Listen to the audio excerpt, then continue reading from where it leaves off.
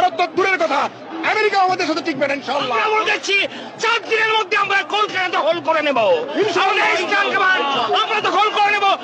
তখন ওরা দখল বলতে বোঝে হয়তো ওই আমাদের ওই রাস্তাটায় এসে ওই কস্তুরি বা প্রিন্সে কোনো খাবার দাবার খাবে, সপরিবারে এসে খাবার দাবার, ওইটাকে দখল টখল বলে এটা বোধহয় কিছু বোঝাতে চাইছেন। এইসব কথা বলে সম্প্রীতির পরিবেশগুলো নষ্ট করে এই ধরনের কথাবার্তায়, মানে সোশ্যাল মিডিয়াতেই দেখুন ব্যাপারটা খিল্লি হচ্ছে। আমরা কি উত্তর দেবো, আর কেন উত্তর দেবো? কারণ মনে হলো কলকাতা দখল করবো, এটা আর কি হচ্ছে এসব কথাবার্তা বলে?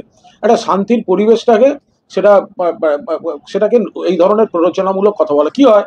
সোশ্যাল মিডিয়া এটা এলে এবার এখানকার কিছু লোকও তার তো উত্তর দেবে। এইগুলো করে কি লাভ আছে? সোশ্যাল মিডিয়া তো এও ঘুরছে যে ওরা কলকাতা দখল করতে আসবে বেতের তৈরি হেলিকপ্টারে বসে, তো সেটাও তো ঘুরছে, তলায় সাইকেলের চাকা লাগানো। তো এখন এই ধরনের কথাগুলোর কোনো উত্তর হয় না। আর আমরা চাই এই উত্তেজনাটা প্রশমন, খারাপ ঘটনা কাটুক, তার মধ্যে এইসব দায়িত্বজ্ঞানহীন মন্তব্য।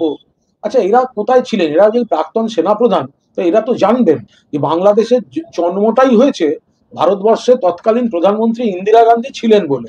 তাদের মুখে এই ধরনের কথাবার্তাগুলো মানায়?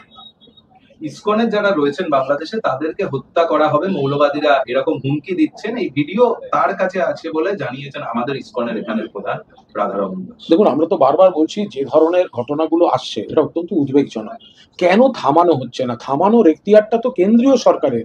মুখ্যমন্ত্রী বারবার বলছেন এটা নিয়ে আমরা বলতেও পারি না, করতেও পারি না। করবো কি? ওটা তো ওটা অন্য দেশ। তো করার কথা হচ্ছে ভারত সরকারের।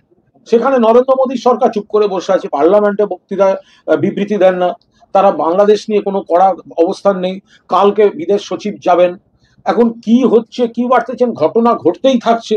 অবিলম্বে এটা ব্যবস্থা নেওয়া উচিত।